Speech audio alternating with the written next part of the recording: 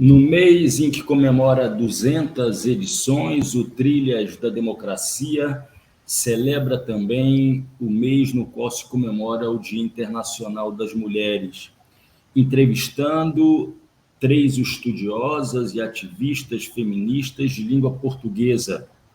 Hoje, a convidada é a socióloga moçambicana, professora da Universidade Eduardo Mondlane, em Maputo, capital de Moçambique, e presidente do Conselho para o Desenvolvimento da Pesquisa em Ciências Sociais em África, CODESVIA, Isabel Casimiro. Seja muito bem-vinda ao Trilhas da Democracia, professora Isabel Maria Casimiro. É um prazer recebê-la de novo aqui no Trilhas da Democracia. Seja muito bem-vinda, Isabel. Muito obrigada. Isabel, o título dessa entrevista é Lutas das Mulheres, lutas no plural, e utopias feministas no século XXI.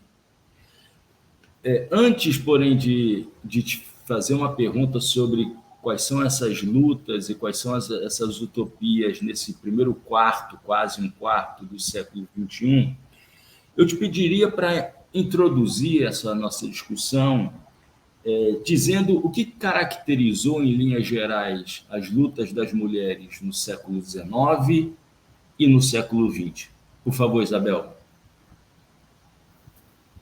Então, muito obrigada mais uma vez.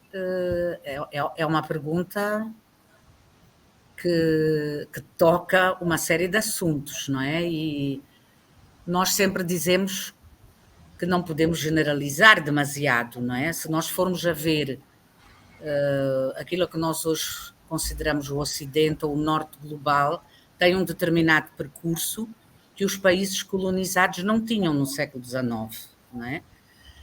Mesmo se nós pensarmos em termos da América Latina, alguns países tiveram as suas independências, mas, por exemplo, no caso do continente africano, isso só foi acontecendo a partir de finais dos anos 50, 60.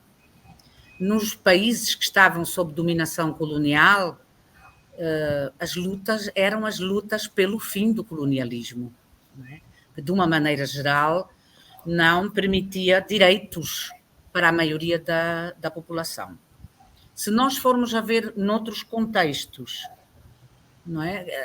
As lutas das mulheres são lutas que vêm de longe e muitas delas estiveram envolvidas, como nos Estados Unidos da América, noutros países, no movimento pacifista.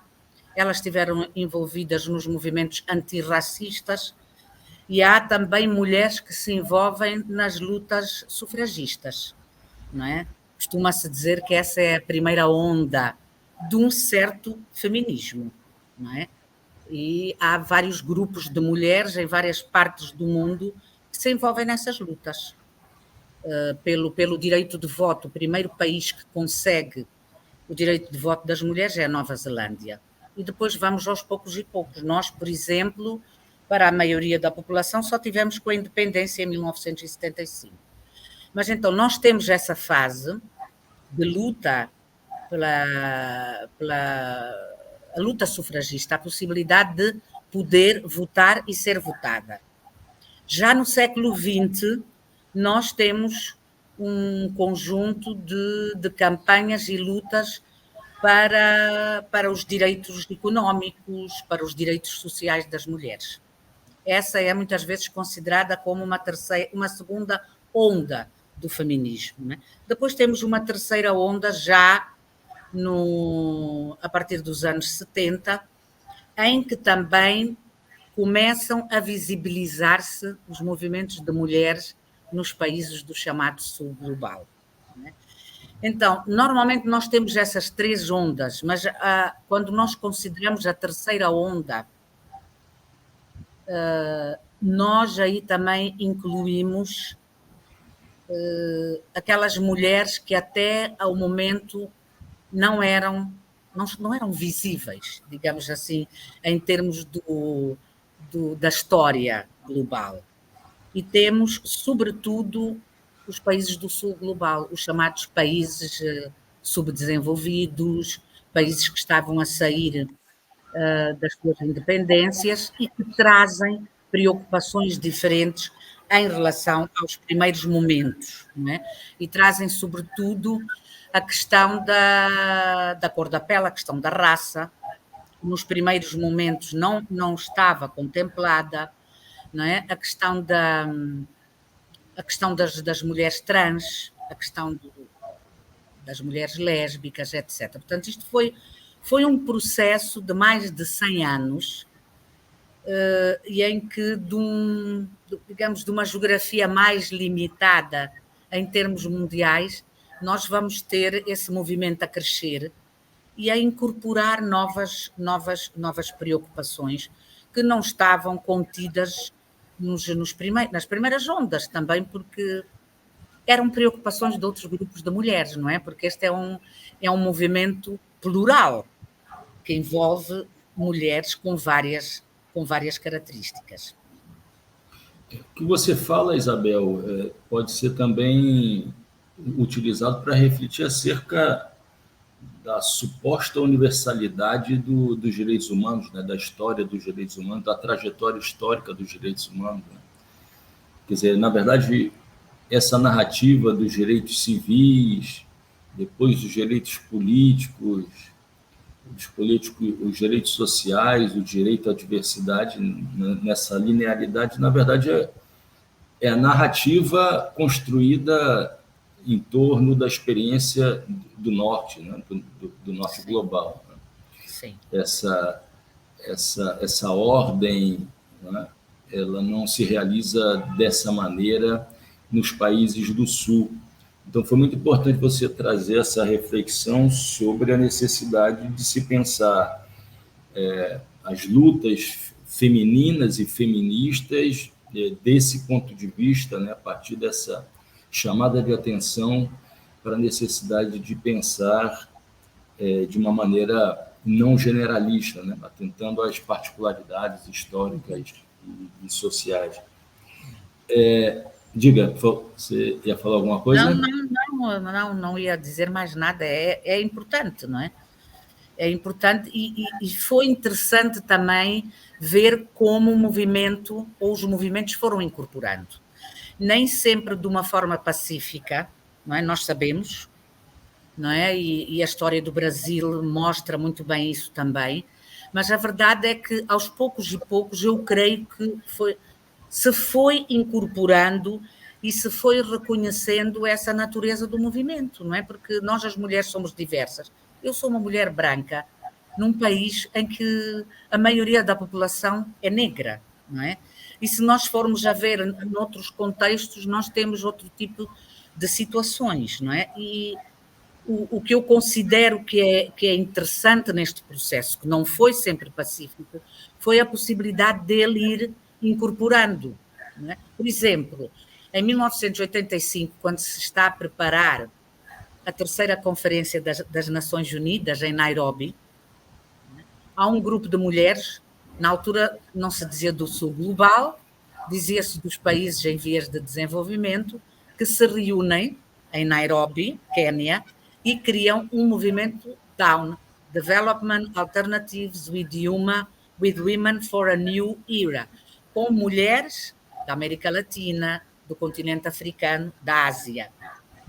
E esse grupo de mulheres elabora um documento onde discute sobre as questões do capitalismo, do imperialismo, da exploração das mulheres, a questão do patriarcado e a importância de ouvir as vozes das mulheres. Isso é extremamente importante, porque em termos dos nossos países é a primeira vez que se verbaliza essa necessidade de falar dos países que até aí estavam invisíveis.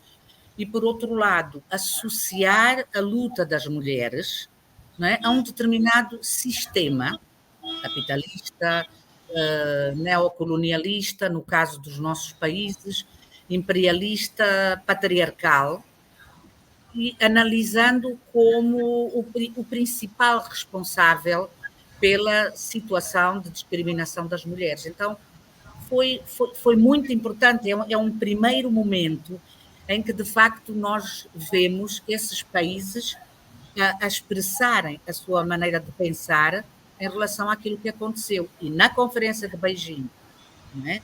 10 anos depois, esse grupo já tem uma expressão grande em termos das preocupações desses países. Portanto, são vários momentos, são várias ondas. Este conceito é muito problemático, não é sempre aceito, mas é no sentido de algo que está sempre em movimento, incorporando e rejeitando.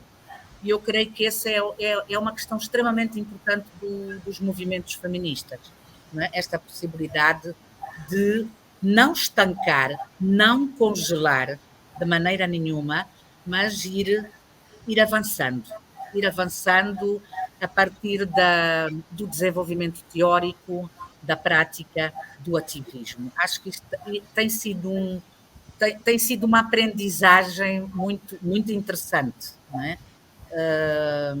Em relação a esses movimentos feministas. Isabel, não seria essa a pergunta na sequência daquela pergunta inicial, mas essa tua reflexão sobre a necessidade de se pensar a particularidade histórica, né? Histórica, levando em conta aspectos geográficos, né?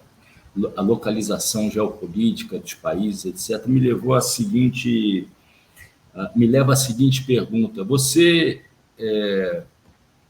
viveu a experiência do processo de independência de Moçambique, você viveu a experiência trágica da Guerra Civil em Moçambique, você foi deputada, fazendo uma equivalência com a realidade brasileira, você foi deputada federal em Moçambique, um país que, desde a sua independência, é governado por um partido, que é a Frente de Libertação de Moçambique, a Frelimo, que inicialmente, né, tinha um modelo soviético com organizações da sociedade civil vinculadas ao partido, né? Eu estou pensando na organização voltada para a juventude e especialmente a organização voltada para as mulheres.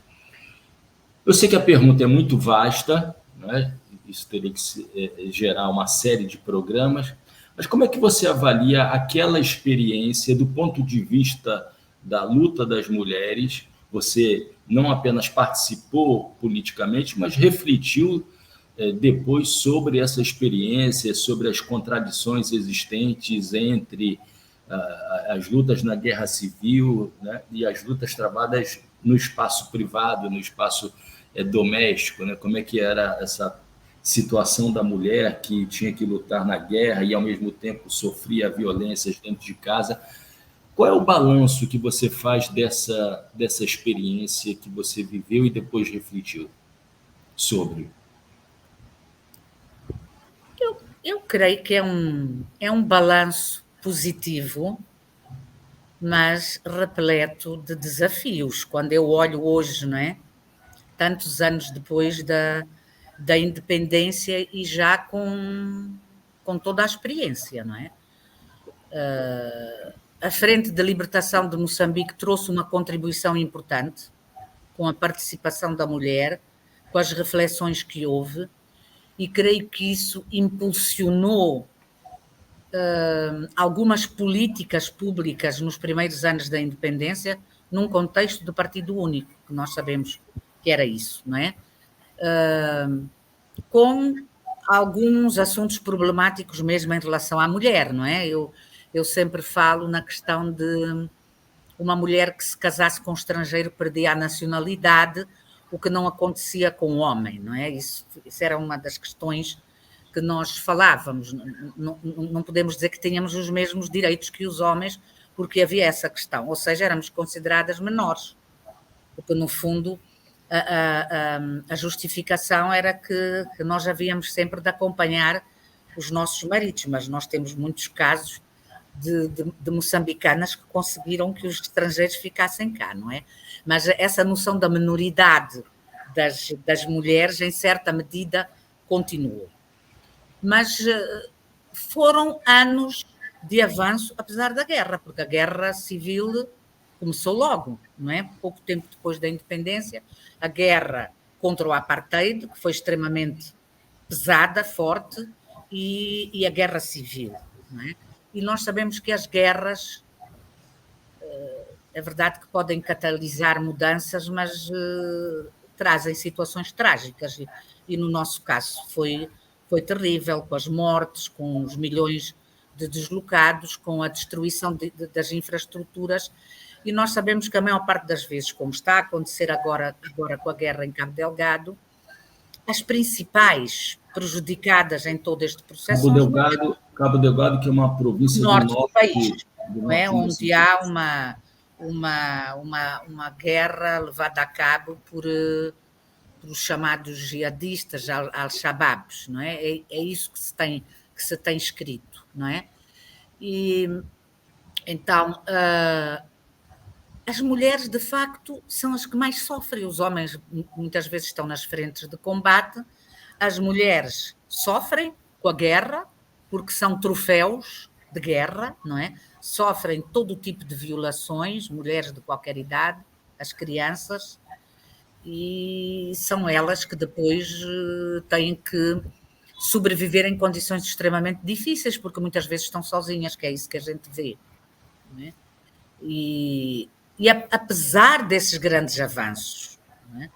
Quando nós vemos no fim da guerra, em 1992, e que a ONU, existe a ONU MOS, e que a ONU vem aí e faz-se o processo de transição, o que é engraçado é que há desmobilização de homens e mulheres, e as mulheres que eram comandantes foram desmobilizadas como soldadas rasas. E não havia um kit para distribuir aos desmobilizados, não é? Diferente, ou às desmobilizadas, diferente do kit dos desmobilizados. Em certa medida, isso voltou a acontecer agora. Se bem que houve alguma aprendizagem. Eu comecei a falar da guerra e agora estou a falar em questões relacionadas com a guerra. Apesar das resoluções das Nações Unidas sobre mulher, paz e segurança, nós temos, sobretudo, homens nessas comissões. Tivemos apenas uma mulher no nosso país. Então, nós temos avanços, sem dúvida, num contexto de partido único, e temos avanços depois, mas há uma série de desafios que estão relacionados com o facto de que este país, e não é uma justificação, este país vive em guerra há dezenas de anos. E a guerra acaba por criar toda uma série de entraves, sobretudo para o desenvolvimento das mulheres. Mesmo assim, Marco, e a gente se pergunta sempre como é que isso acontece, não é? Nós temos 42,2% de mulheres no Parlamento. Podemos perguntar o que é que estão lá a fazer, mas estão lá. E como diz Alda Fácio, é sempre bom, não é? A quantidade, às vezes, também pode nos ser favorável. Nós temos mulheres em todos os cargos importantes. Nós temos uma mulher presidente da Assembleia da República, nós temos uma mulher na Procuradoria-Geral da República, a procuradora, uma mulher no Conselho Constitucional, no Tribunal Administrativo, ministra da Justiça, ministra do Interior, ministra dos Combatentes. Temos 50% de mulheres ministras. São percentuais muito elevados de participação, de presença das mulheres na estrutura política, né? Nas estruturas de poder moçambicano. É elevado. Nós muitas vezes nos perguntamos o que é que isso significa, não é? Porque isso devia se traduzir numa ação mais forte de defesa dos direitos humanos das mulheres. Mas é um elemento importante. Eu creio que é importante, não é? E cada vez que nós fazemos campanhas, nós temos que apelar para essas mulheres que estão no poder. Por alguma razão estão lá, não é? E mesmo na Assembleia da República, são mulheres as presidentes as chefes, aliás, das 3 bancadas. Então, isso significa alguma coisa. Eu não posso dizer que é apenas porque estamos a seguir as orientações das Nações Unidas. Não pode ser apenas isso, não é? Então, e há, em termos legislativos, nós avançamos muito também, não é? Com a lei da terra, a a lei da família, que já foi revista, o Código Penal, que é de 1800 e tal, deveria ter havido um código completamente novo. Foi feita a revisão, despenalizou o aborto, e isso é extremamente importante, não é? Despenalizou o aborto. Nós temos uma lei de combate de prevenção e combate às uniões prematuras, uma lei em relação contra a violência doméstica praticada contra a mulher. Então, há alguns avanços. Os problemas principais são na aplicação, são nas instituições que nós temos para aplicar a legislação que nós temos, não é? Mas nesse aspecto, nós podemos dizer que nesses 40 e tal anos de independência se avançou. Se avançou nesse aspecto. Estamos agora com alguns problemas por causa de legislação que não está a ser apenas discutida aqui, mas noutras partes do mundo e do continente africano, que vai, se for aprovada, vai restringir bastante o direito de associação. Vai criar problemas terríveis às associações para se poderem criar, para poderem funcionar, etc. Não é? Isso já aconteceu também com a legislação em relação à informação. Então, há avanços, mas há alguns desafios muito sérios no horizonte que estamos a discutir. Felizmente, há organizações que estão em cima do acontecimento e estão a discutir, por exemplo, essa questão da lei das associações está a ser discutida pelas comissões na Assembleia da República, está-se a fazer um movimento a nível de todo o país para discutir abertamente aquilo que se pretende e levar uma posição conjunta depois para o Ministério da Justiça, para a Assembleia da República, para que a Assembleia não aprove.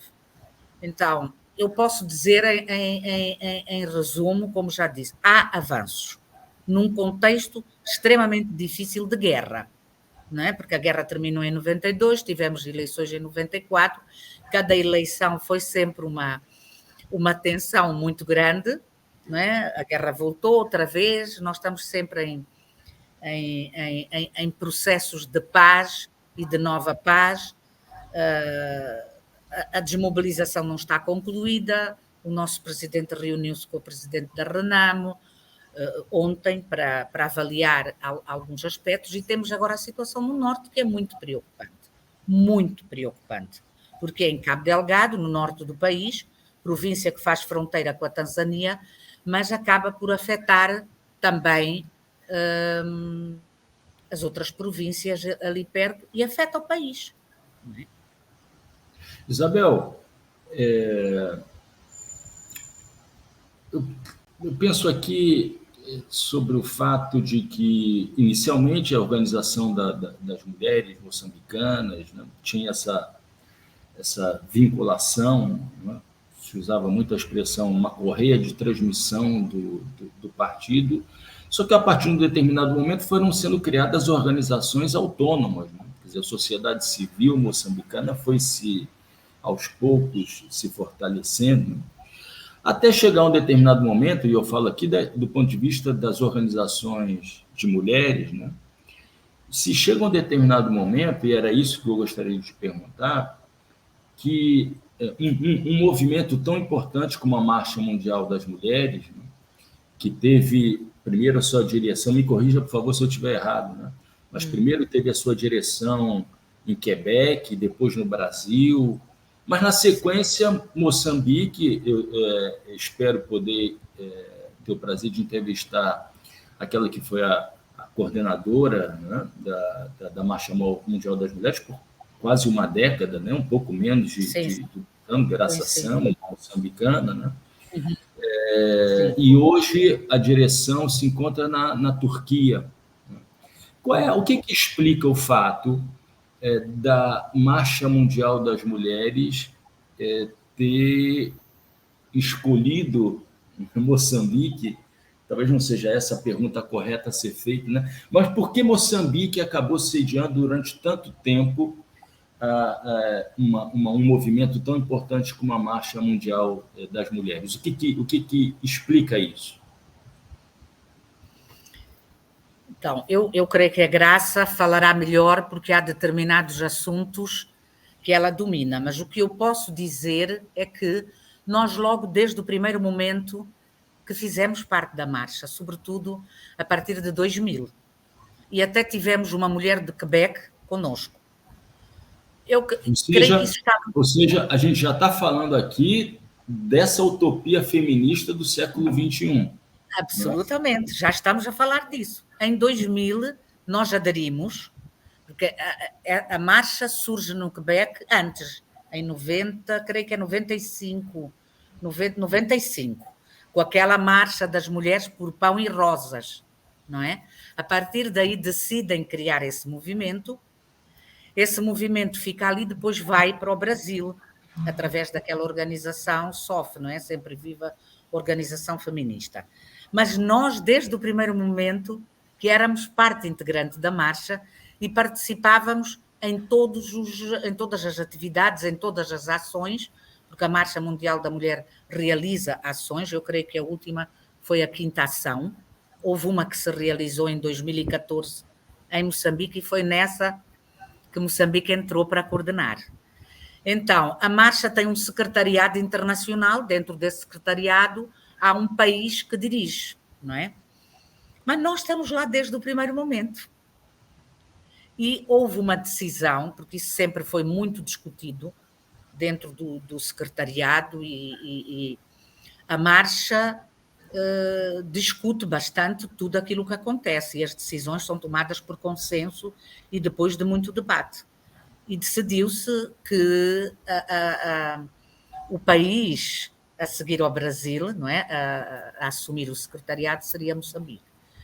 Eu creio que isso pode estar relacionado também com o facto de nós termos tido uma participação sempre muito ativa desde o primeiro momento, não é? E pelas ações que foram sendo levadas a cabo. Provavelmente houve outras propostas que não foram possíveis, eu sei disso. Eu estava no Brasil quando vim cá para a reunião da marcha, não é? Em que Moçambique foi eleito. Como eu não era membro do secretariado, eu era apenas presidente do Conselho de Direção do Fórum Mulher, houve aspectos que eu não acompanhei. Mas eu sei que houve um debate muito grande dentro do secretariado para se discutir, como depois também em relação à Turquia. Então, a questão é que não é sempre o mesmo país. Nós ficamos mais tempo também por causa do Covid.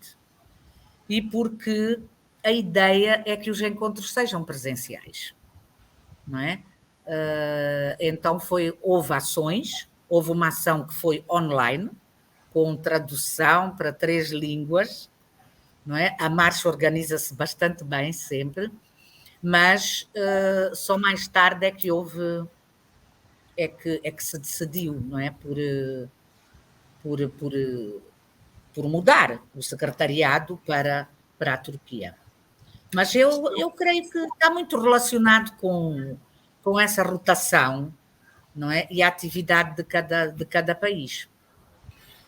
Isabel, são mais de 50 países representados na marcha, ou seja, é um contingente muito grande de países, de movimentos, de organizações envolvidas, né?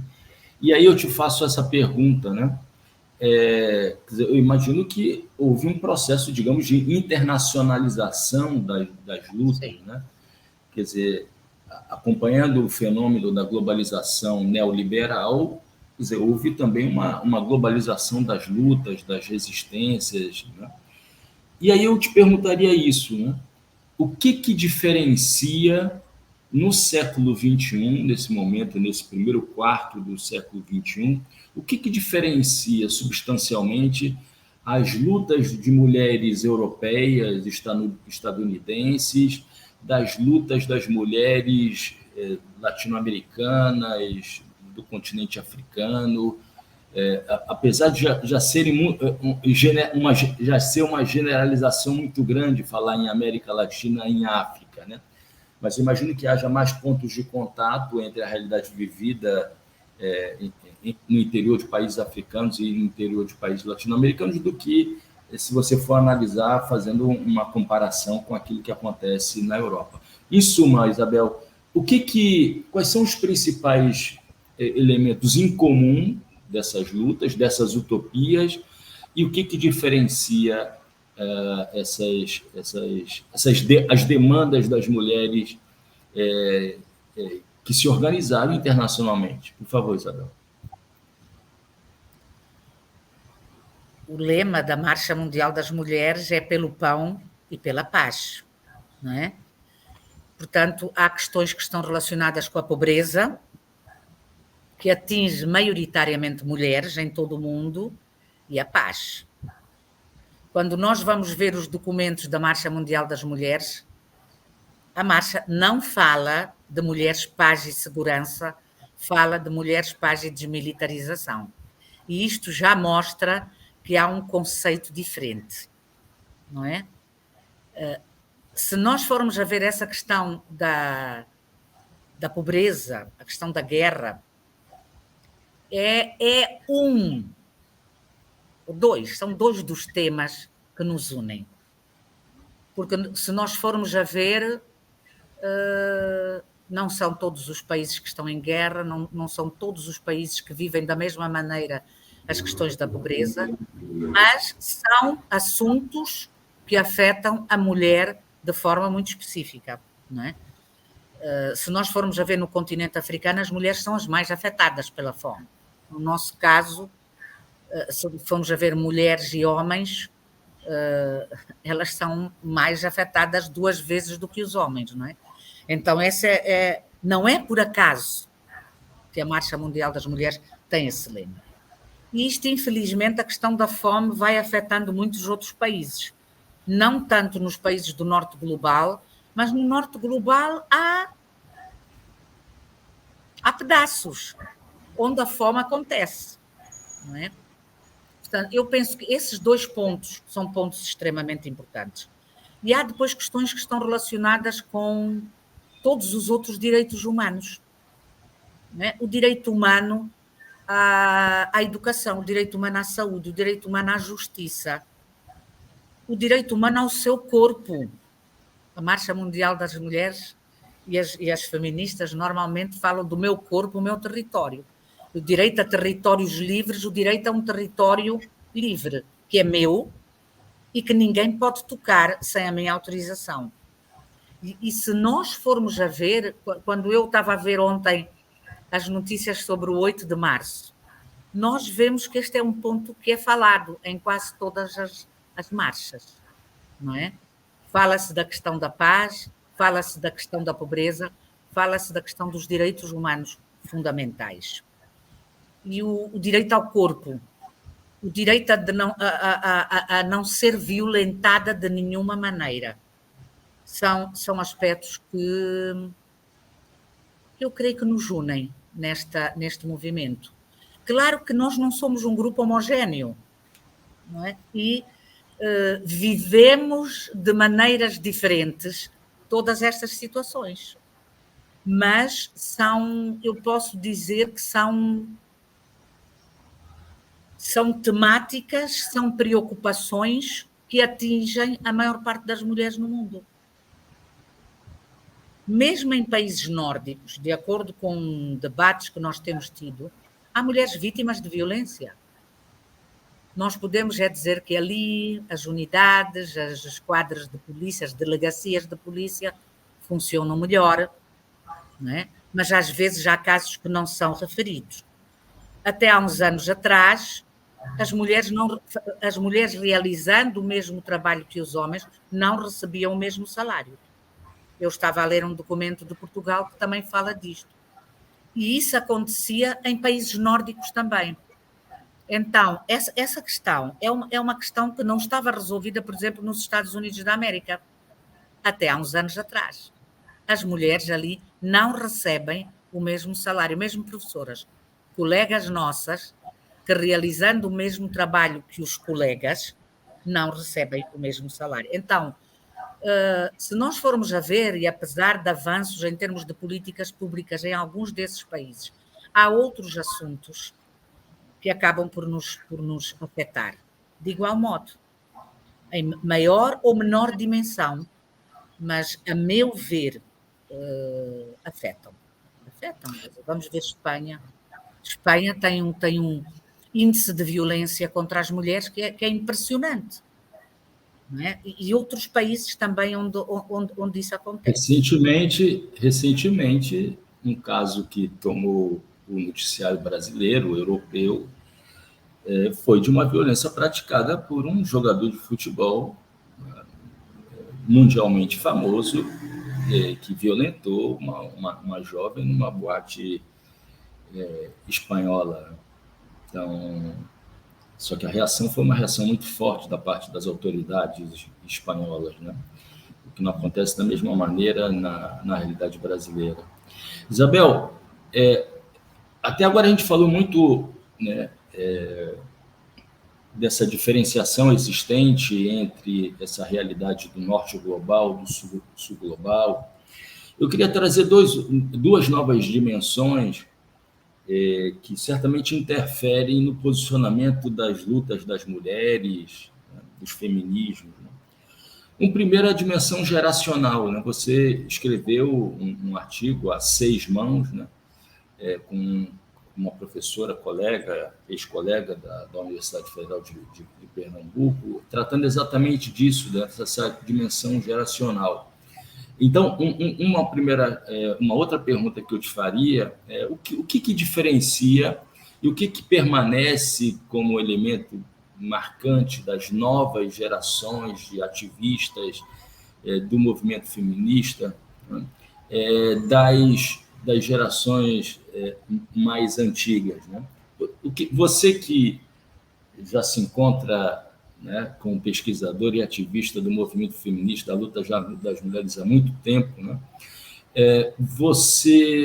Como é que você se identifica, olha para essas jovens como fazendo parte de um mesmo conjunto de ativistas e aquilo que você sente algum tipo de estranhamento, se essa for a palavra mais correta para ser utilizada? Parece-me que nós aqui não temos esse distanciamento como eu verifiquei noutros países. Nós temos mulheres de 70 e tal anos, eu tenho 68, nós estamos em conjunto com jovens de 15 anos, existe o movimento das jovens feministas, existe a Associação Sociocultural Horizonte Azul, que trabalha com meninas e mulheres, e nós estamos em conjunto com elas. Obviamente que as nossas preocupações, para além do que eu falei antes, não são as mesmas, não é? Elas enfrentam muito mais que nós, e não estou a dizer que a gente não enfrente, as questões da violência, sobretudo mulheres mais pobres, mulheres que vivem nos becos, eu não sei se a gente pode dizer becos, não é? No Brasil, nas periferias, que não estão iluminadas. Todos os dias nós temos relatos de mulheres violadas, estupradas e assassinadas, meninas, não é? Então, não quer dizer que as mulheres mais velhas não sofram disso, sofrem, mas elas sofrem muito mais.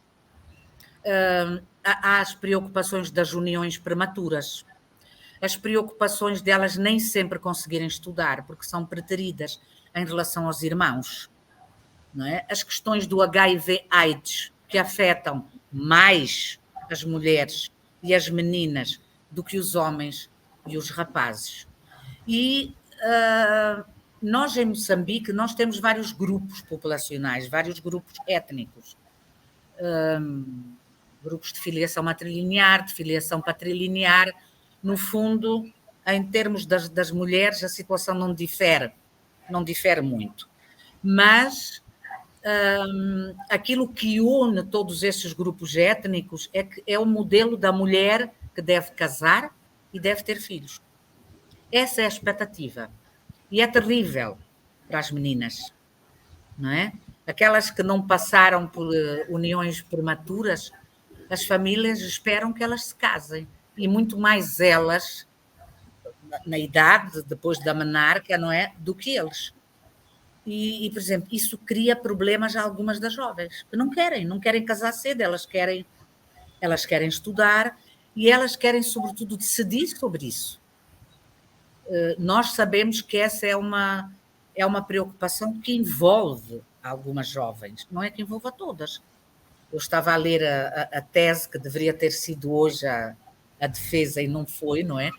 E está relacionada com questões de modernidade e tradição em relação às uniões prematuras, e nós vemos ali, porque é numa região, num distrito mais rural, 2 distritos mais rurais, esse embate, não é? E a preocupação das meninas que querem estudar, mas elas nem sempre podem estudar porque as famílias destinam um outro futuro para elas.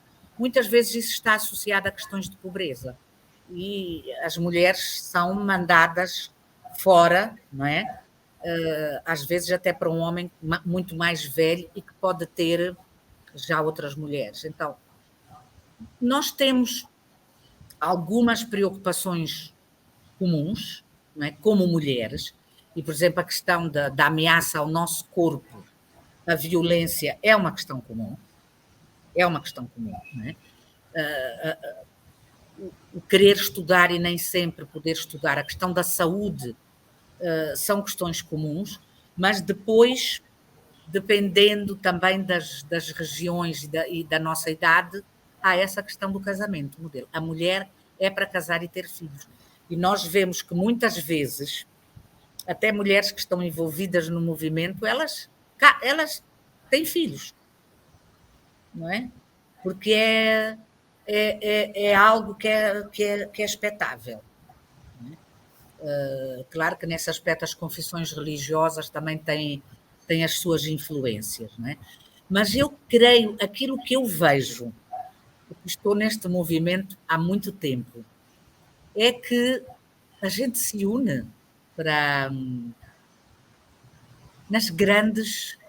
nos grandes momentos, não é? Eu partilhei contigo, Marco, esse movimento que houve ontem, não é? Essa marcha que houve ontem contra a violência que está a ser praticada contra as mulheres, o estupro, o assassinato.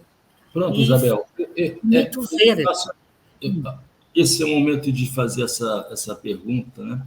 96 organizações, movimentos e coletivos de mulheres lançaram, no dia 8 de março, a campanha nacional pelo fim da violência contra mulheres e raparigas, que são meninas, né?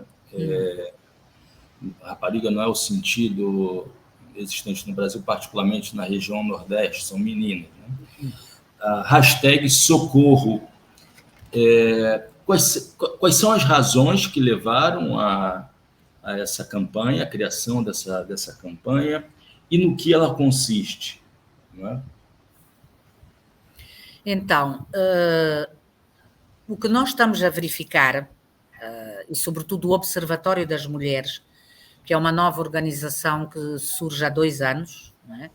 O Fórum Mulher, que é uma rede de organizações, a ACHA e outras organizações, é que, sobretudo, desde o princípio do ano, estão a ser reportados vários casos e de tipos diferentes, não é? De violência praticada contra até bebés, de vários tipos, desde a violência corporal, o estupro, as uniões prematuras, violência de bebés, não é? E essas organizações que fazem parte do Observatório das Mulheres reportam aquilo que está a acontecer. E algumas delas até, como no caso da ACHA, que já teve uma campanha contra o estupro de meninas, não é? Faz o acompanhamento, tenta saber o que é que aconteceu e faz o acompanhamento.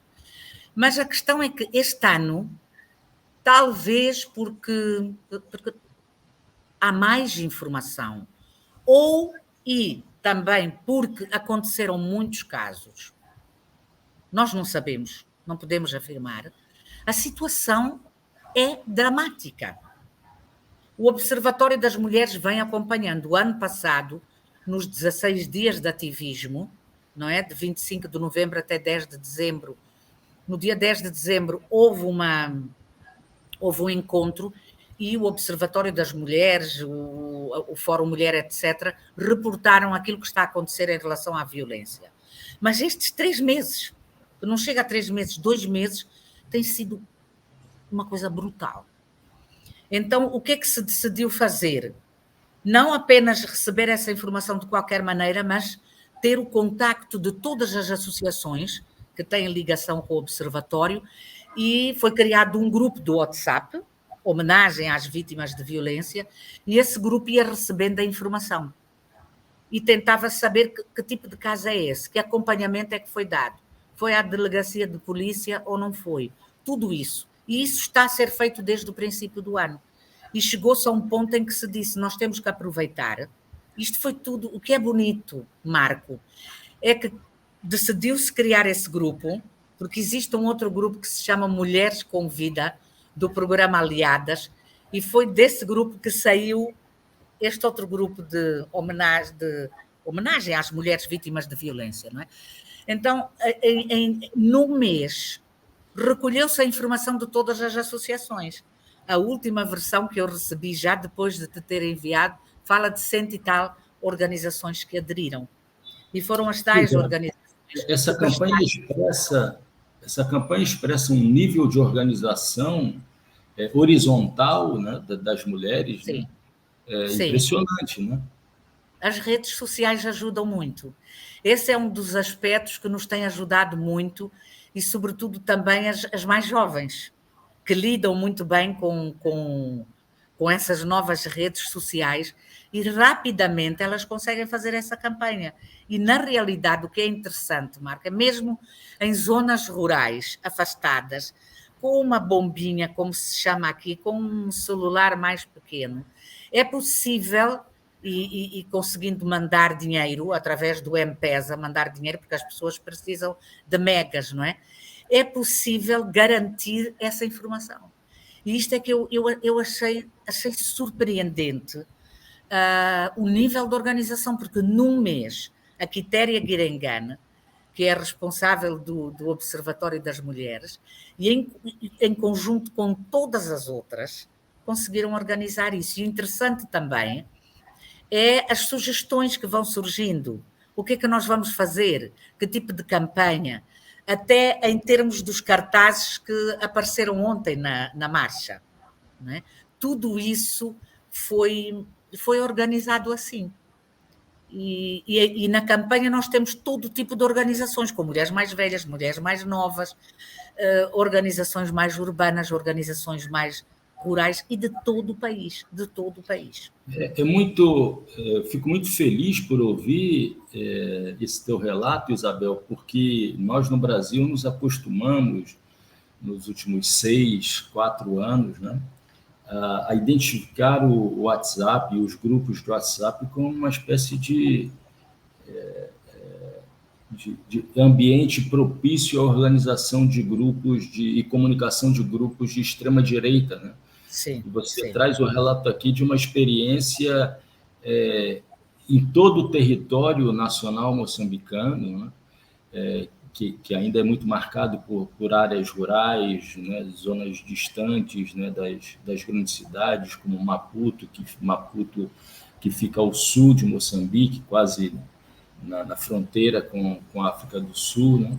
E que é responsável pela organização das mulheres, né? É verdade. É claro que também há pessoas que usam as redes sociais para coisas muito más, nós sabemos, não é? E até para lançar a confusão, lançar informações terríveis, roubar, não é? Pessoas, porque se clona o número da pessoa e depois pede-se dinheiro, etc. Nós também temos esse tipo de situação. Mas o que eu acho interessante aqui, e isso vai de acordo com um relatório da UID sobre os movimentos feministas jovens, é como essas jovens sabem utilizar da melhor maneira essas redes sociais, porque muitas vezes elas estão na informalidade, não é? Não têm associações que estão registadas. E essa é uma forma também de incorporar pessoas que, por uma ou outra razão, sobretudo jovens, não têm uma associação registada, não é? Porque muitas delas nem querem, não é? Mas nós podemos ver aqui nesta campanha.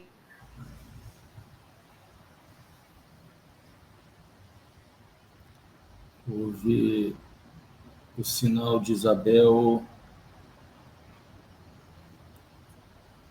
Aí a gente perdeu o sinal com Isabel. Vamos ver se ela retorna.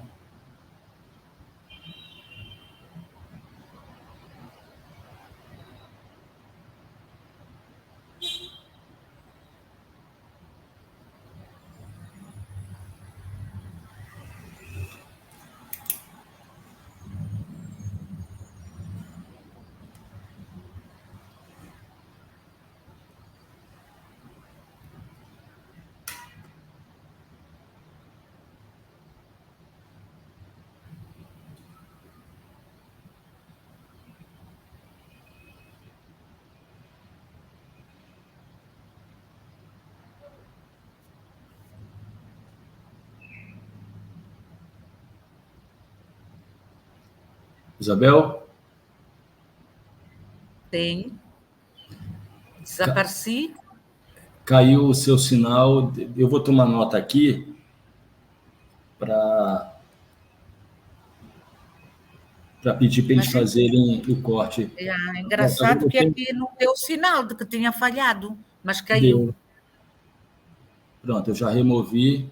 Aí vamos continuar de agora. Você falava da importância dessas jovens que utilizam o celular. Nós tivemos uma pequena queda do sinal de Isabel, mas ela já está de volta aqui. Isabel, por favor, pode continuar a sua reflexão. Você falava da utilização por parte das jovens das redes sociais, né? Sim. O que nós verificamos é que nas províncias, nas zonas mais afastadas, mantém-se contacto com grupos, às vezes até com pessoas individuais, para saber aquilo que está a acontecer. E isso é extremamente importante, porque em tempo real se consegue saber.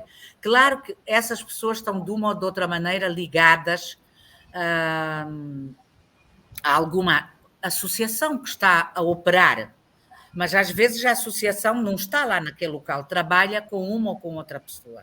E é possível saber o que está a acontecer. Porque há várias associações, há redes, por exemplo, o Fórum Mulher tem uma rede no Niassa, tem uma rede em Tete, tem uma rede em Ambane, portanto, que é também engloba várias associações. E isso permite esses contactos, não é? Mas, para além disso, há essas pessoas individuais, como jornalistas, não é? Que estão em vários pontos e que, por exemplo, informam em relação à guerra, etc, etc. E isso é extremamente importante porque nos permite saber o que é que está a acontecer e também que essas pessoas não estejam completamente isoladas, não é? Que a gente sabe o que é que se passa no mais recôndito, não é? Das ações que estão a ser levadas a cabo e, sobretudo, dessas formas de violência.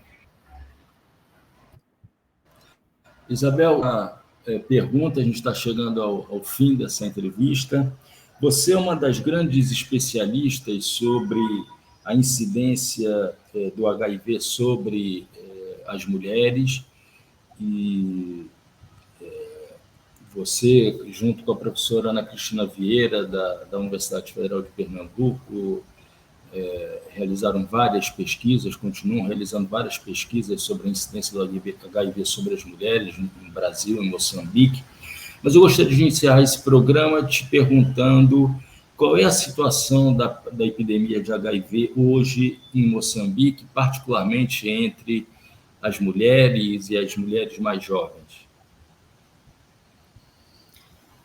Então, as mulheres continuam a ser as mais afetadas e infectadas pela epidemia, de facto, comparando com os homens e jovens. não é? Essa idade dos 14 aos 24 anos, 25 anos, é uma das idades mais afetadas, não é? Em termos do HIV/AIDS. A situação não baixou. Se nós formos a ver, pela última pesquisa que nós fizemos uma pesquisa em Nampula, Beira, Maputo Província, Maputo Cidade, sobre mulheres cuidadoras, mulheres que cuidam de pessoas seropositivas, algumas delas seropositivas ou não. E apesar de uma ou outra diferença, não é? De acordo com as regiões, em termos de idade e de características dessas mulheres cuidadoras, a situação não mudou muito para melhor, não é? O estigma não é hoje aquele que era no início da pandemia, não é? Nós temos mais pessoas a fazer tratamento. As pessoas que estão a fazer tratamento estão, obviamente, a viver muito mais. Há pessoas que já estão a fazer tratamento há algum tempo. As pessoas que deixam de fazer, e houve essa situação por causa do Covid, não é? Foram afetadas. Mas o que é melhor? Temos mais pessoas em tratamento antirretroviral, isso é bom, não é? Temos mais pessoas a irem aos centros de saúde. Hoje nós não temos unidades especializadas, não é? O que também criou alguns problemas, porque as pessoas estão ali, as pessoas dizem que todo mundo sabe quem elas são. Mas, ao mesmo tempo, as pessoas não deixam de ir aos centros de saúde. Ainda há alguns problemas nos bairros, algumas pessoas que não se abrem, não é? Não falam abertamente da sua seropositividade. Então, o que é que a gente pode dizer? Há alguns aspectos que avançaram, mas em termos de infecção, nós não diminuímos muito. E é estranho, de facto. Eu lembro-me eu creio que foi 2017, 18, eu fiz uma apresentação de parte daquele nosso trabalho, né, que foi feito com a Universidade Federal de Pernambuco. Fiz uma apresentação na Assembleia Geral do CODESRIA, com os dados de Moçambique, e havia dados de Moçambique, uma parte da África do Sul e Brasil. E muita gente ficou espantada com as altas incidências aqui assim, porque isso não acontece noutros países africanos. Não estávamos a falar da África Austral, estávamos a falar de países da África Oriental, da África Ocidental e do Norte, e Central também. Então, nós continuamos a ser, dentro desta região, um dos países com maiores taxas de infecção, não é? Ou seja, toda a África Austral, as conclusões a que nós tínhamos chegado. Há avanços em relação a algumas questões, de vez em quando faltam os antirretrovirais, não é? Porque nós dependemos dessas doações, não é? Portanto, isso cria problemas em relação aos tratamentos. Não houve, infelizmente, muitos avanços, não houve. Isabel, e a fábrica de medicamentos antirretrovirais que havia sido iniciada, a sua construção em Maputo, era em Maputo, na época do governo Lula, ela produz hoje medicamentos ou ela não existe mais, não produz mais os medicamentos? Quais são as informações de Moçambique? Eu creio que a fábrica existe, mas eu não tenho a certeza se ela está a produzir antirretrovirais. Essa é uma questão porque eu várias vezes pergunto e nem sempre consigo ter resposta. Outra questão que se tem falado também é que, em princípio, deveria ser uma fábrica, como é que se diz, gerida pelo governo, pelo Ministério da Saúde ou qualquer outra entidade, mas, ao que parece, está a ser gerida do setor privado, não é? Então, eu, infelizmente, não consegui mais informação do que esta. Não consegui. Infelizmente.